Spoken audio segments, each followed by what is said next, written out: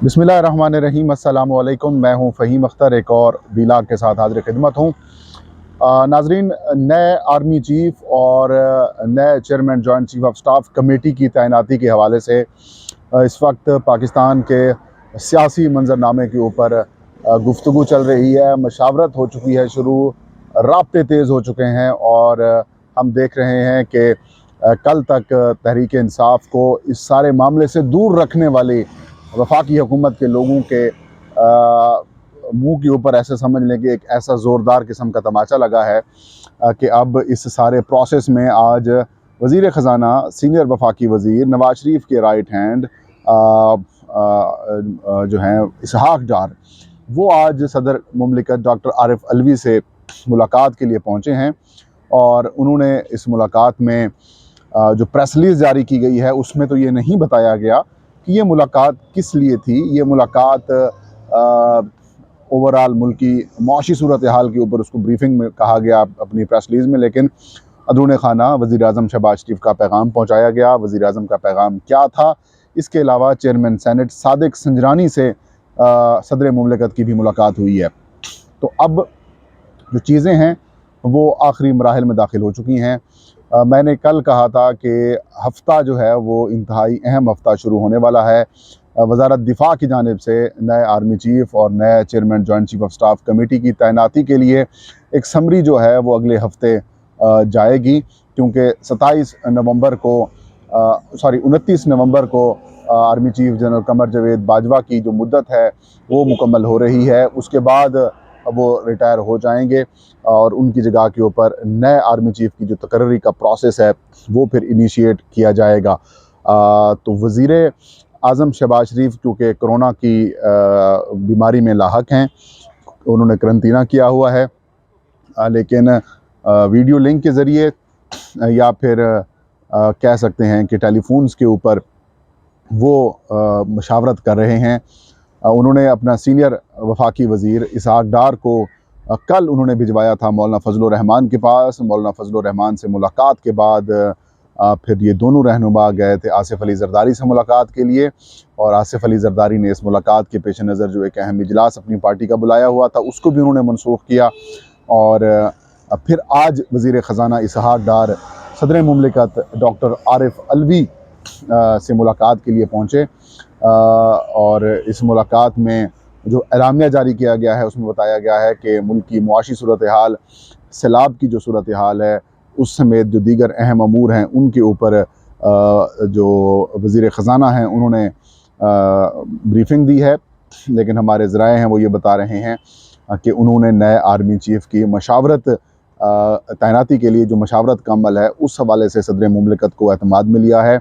उन्होंने वज़ीर आज़म शहबाज शरीफ का जो पैगाम है वो सदर मुमलिकत तक पहुँचाया है। और कुछ ख़बरें ये भी आ रही हैं कि जो तहरीक इंसाफ है उनकी जो कंसर्न्स, जो डिमांड्स हैं वो भी हुकूमत तक पहुँचाई गई हैं। लेकिन इसके बाद साबिक़ वज़ीर इत्तलात और PTI के सीनियर नायब सदर फवाद चौधरी ने ट्वीट किया है और ये कहा है कि आर्मी चीफ़ की तैनाती से मुतालिक सदर मुमलिकत आइनी जो अपनी ज़िम्मेदारी है वो पूरी करेंगे। सदर मुमलिकत इस हवाले से जो भी फ़ैसला करेंगे वो तहरीक इंसाफ के चेयरमैन इमरान ख़ान की उनको उस फ़ैसले की हिमायत हासिल होगी। तो इस मुलाकात के बाद और जो ट्वीट आई है फवाद चौधरी की, इसके बाद सिचुएशन कुछ सामने ये आ रही है कि हो सकता है कि सदर मुमलिकत उस समरी को वापस कर दें, हो सकता है वो ताख़ीर का शिकार कर दें, हो सकता है कोई और मामला करें, लेकिन मैक्सिमम 20 से 25 दिन सदर मुमलिकत इसको होल्ड कर सकेंगे। इसके अलावा उनके पास कोई ऑप्शन नहीं होगा। इसके मुलाकात के बाद मौलाना फजल रहमान वज़ीर आज़म शहबाज शरीफ से मुलाकात करने और उनकी अयादत करने वज़ीर आज़म हाउस पहुँचे हैं। उन्होंने वहाँ पर वज़ीर आज़म से मुलाकात भी की, अयादत भी की और इस सारी सूरत हाल के ऊपर तबादला ख्याल और गुफ्तगू भी की। जबकि आसिफ अली ज़रदारी और जो बाकी इत्तेहादी हुकूमत की जमातें हैं उनकी तरफ से खुल कर कोई बात सामने नहीं आई नई तैनाती के हवाले से। लेकिन कल कुछ ख़बरें ये फीड कराई गई कि मौलाना फजल रहमान ने जो है वो वज़ीर आज़म को ये इख्तियार दे दिया है कि वज़ीर आज़म जिसको चाहें आर्मी चीफ़ लगा दें, हमें किसी किस्म का कोई एतराज़ या फिर इशू नहीं होगा। जबकि आसिफ़ अली ज़रदारी के हवाले से जो ख़बरें और इतलात सामने आ रही हैं वो थोड़ी सी डिफरेंट और हटके हैं, क्योंकि आसिफ़ अली ज़रदारी साहब जब सदर पाकिस्तान थे तो उनके जो मिलिट्री सेक्रेटरी थे अब वो जनरल आमिर वो हैं। और कहा जा रहा है कि आसिफ़ अली ज़रदारी साहब चाहते हैं कि ये जो सीनियरिटी लिस्ट में नंबर 6 के ऊपर जनरल आमिर हैं, इनको जो है वो नया आर्मी चीफ़ बनाया जाए और आसिम मुनीर को chairman joint chief of staff committee बनाया जाए। लेकिन आसिम मुनीर साहब क्योंकि 27 नवंबर को रिटायर हो रहे हैं, उनकी मुद्दत मुलाजमत 27 नवंबर को ख़त्म हो रही है, इसलिए जो डिफेंस के मामलात को देखने वाले तज्ज़िया निगार और कुछ सहाफ़ी और रिपोर्टर्स हैं वो तो कह रहे हैं कि ये तो लिस्ट में शामिल नहीं होंगे क्योंकि ये आउट हो जाएंगे। अलबत्ता जिस वक्त समरी अरसाल होगी तब तक वो नॉमिनी होंगे और उसके बाद उनकी कहानी जो है वो ख़त्म होते हुए दिखाई दे रही है।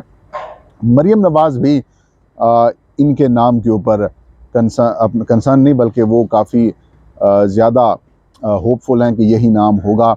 लेकिन नवाज़ शरीफ ने कहा कि 3 दफ़ा हम पहले ये काम कर चुके हैं, जो भी आर्मी चीफ़ आता है वो इदारे की पॉलिसी फ़ॉलो करता है। जनरल बाजवा की मिसाल उन्होंने दी कि इनको हम लेके आए, हमें इन्होंने किक आउट किया, इमरान ख़ान को लेके आए, इमरान ख़ान को किक आउट किया, अब फिर हमारे साथ आ गए हैं। तो उन्होंने कहा कि हम 3 दफ़ा 4 दफ़ा ये एक्सपीरियंस कर चुके हैं और उसमें हमें नाकामी हुई है, लिहाजा जो मेरिट के ऊपर आता है शहबाज शरीफ साहब आप उसको जो है वो आर्मी चीफ़ तैनात कर दें और किसी किस्म की कोई उम्मीदें रखना दुरुस्त नहीं है। तो अब प्रोसेस आखिरी मराहिल में है, जल्द ही इसके ऊपर जो समरी है वो वज़ारत दिफ़ा की जानिब से वो वज़ीर आज़म ऑफ़िस को अरसाल कर दी जाएगी और वज़ीर आज़म उनमें से 2 नाम सेलेक्ट करेंगे, एक नाम chairman joint chief of staff committee का और एक नाम चीफ ऑफ आर्मी स्टाफ का। तो वो वज़ीर आज़म जो है वो अप्रूवल देने के बाद सदर मुमलिकत को समरी भिजवाएंगे। लेकिन उससे पहले हो सकता है कैबिनेट मीटिंग हो और उसमें भी डिस्कशन की जाए और कैबिनेट की तरफ से भी जो नाम है वो कुछ दिए जाएँ या फिर कुछ डिस्कशन की जाए। तो ये भी पॉसिबिलिटी है कि उसके अंदर भी चीज़ डिस्कशन में आए। लेकिन कानूनी तौर पर ऊपर ये सारा इख्तियार वज़ीर आज़म का है और सदर मुमलिकत का जो दफ्तर है वो पोस्ट ऑफिस का किरदार अदा करेगा और इसके अलावा उनका कोई किरदार नहीं होगा क्योंकि सारी पावर्स जो हैं वो प्राइम मिनिस्टर ऑफ पाकिस्तान के पास होती हैं। तो अब लेट्स होप कि जो भी आए पाकिस्तान के लिए अच्छा हो।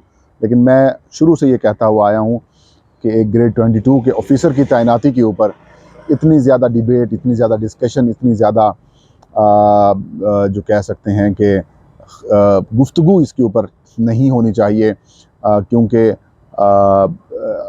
माजी बल्कि दुनिया भर के किसी भी मुल्क का आप देख लें जो डेमोक्रेटिक मुल्क हो, उसमें इस तरीके से जो तैनातियाँ होती हैं उसके ऊपर कोई सियासी डिबेट या फिर गुफ्तगू नहीं की जाती। लेकिन बदकिस्मती से पाकिस्तान में अफवाज पाकिस्तान एक बड़ी हकीकत हैं, इस्टेब्लिशमेंट एक बड़ी हकीकत है, उनका पाकिस्तान के हर मामले के अंदर रोल होता है। लिहाजा उसी रोल की वजह से हर बंदा इसके ऊपर डिस्कशन करता है, उसके ऊपर ख़बरें चलाता है और तरह तरह के तज्ज़िये और तबसरे भी देता है। अब बात करते हैं सादिक संजरानी साहब की। उन्होंने भी सदर मुमलिकत आरिफ अलवी से मुलाकात की है। ये वही सादिक संजरानी साहब हैं जिनके ऊपर PTI वाले अदम एतमाद कर चुके हैं, क्योंकि जब कुछ गिरफ़्तारियाँ हुई, आज़म सवाती की गिरफ़्तारी हुई और उसके बाद से तहरीक इंसाफ की जो सेनेटर्स हैं वो एहतजाज कर रहे हैं। इसके अलावा जो PTI के जो बाकी लोग हैं वो भी इन्होंने अपनी मीटिंग की थी और उसमें उन्होंने कहा था कि संजरानी साहब रिज़ाइन करें। तो आज जो सदर मुमलिकत से मुलाकात हुई है तो ये मुलाकात इंतहाई अहम है और कुछ इत्तलात ये आ रही हैं कि सदर मुमलिकत ने PTI के जो कंसर्न्स हैं वो उन तक शो किए हैं। पीपल्स पार्टी भी बड़ी होपफुल है, वो कह रहे हैं कि हम भी सादिक संजरानी को हटाकर यूसुफ रज़ा गिलानी को अपना चेयरमैन सेनेट बनाएंगे।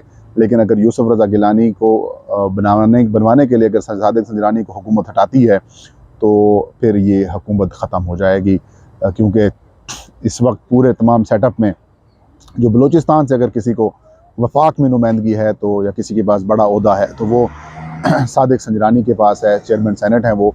और अगर उनको वो हटाते हैं तो बलूचिस्तान की जो जमातें हैं वो वफाकी हुकूमत छोड़ जाएंगी, क्योंकि वैसे भी ये जो मौजूदा हुकूमत है ये जितनी भी इसमें शामिल जमातें हैं उनके लिए बदनामी की एक वजह बन रही है।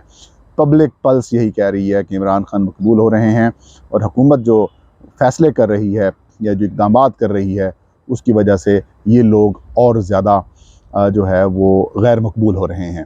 तो BAP के भी 5 MNAs अलग हो जाएंगे, BNP के भी लोग अलग हो जाएंगे, तो इनके लिए हुकूमत करना फिर नामुमकिन सा हो जाएगा।